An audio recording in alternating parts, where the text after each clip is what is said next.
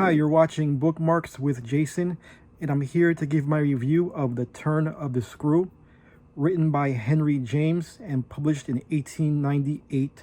It's a gothic horror tale set in Victoria-era London. Now, I'm always trying to add some sort of classic literature to my reading diet every month. I find them to be a bit more thought-provoking and educational.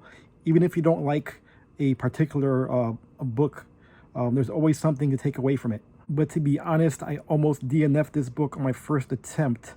I found the writing style extremely verbose, and when I got up to chapter 3, I realized I was just looking at words and not absorbing what I was reading.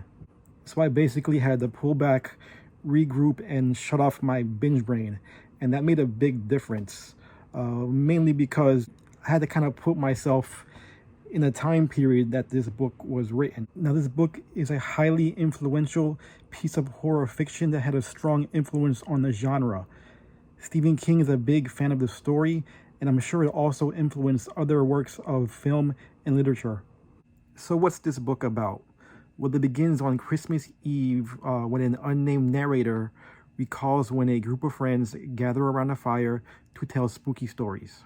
A man named Douglas pulls out a manuscript he acquired from his sister. It details the accounts of a young 20-year-old governess who works in an isolated country home in Bly. She was hired by a handsome bachelor to look over his 10-year-old nephew and 8-year-old niece, whom he acquired from their deceased parents. And with no interest in raising these two children himself, he basically charms this young woman to take on his job of governess. And from here on out, the story switches to the first-person perspective of the governess. Now, there seems to be some confusion on what the role of a governess is, so I did some research on my own.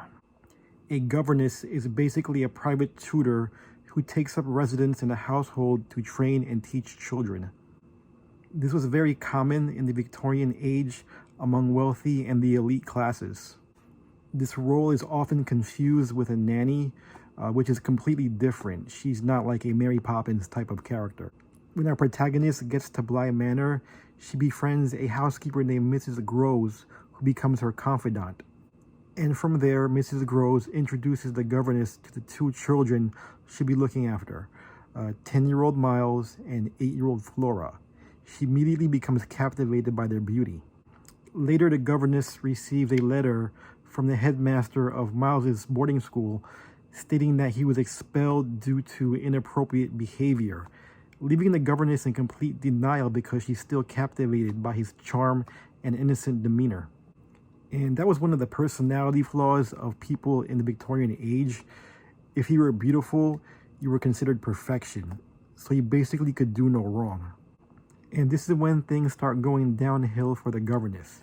She encounters two ghostly specters roaming around the estate that turn up every now and then throughout the story, and she seems to be the only one that can see them. She also finds out that the previous governess named Miss Giselle and another employee by the name of Peter Quint have died from mysterious circumstances. She starts to suspect that the two apparitions she saw are somehow manipulating the children, and that's all I can say without getting into spoilers. Now, despite all the accolades this book has received, I find it to be a bit divisive around the reading community. I think it's mainly because of the dense writing style and because much of the narrative is left to the reader's interpretation. The author doesn't hold your hand or give you any clear-cut answers. The book also ends on a very abrupt and ambiguous note. It also raises the question if the governess really saw ghosts or were they really a figment of her imagination. The lack of any clear-cut answers might turn some readers off, but personally, I like it when a story maintains some level of mystique. Overall, I found this book to be a good old-fashioned ghost story. There was nothing over the top, there was no jump scares or gore, but I really enjoyed the gothic atmosphere.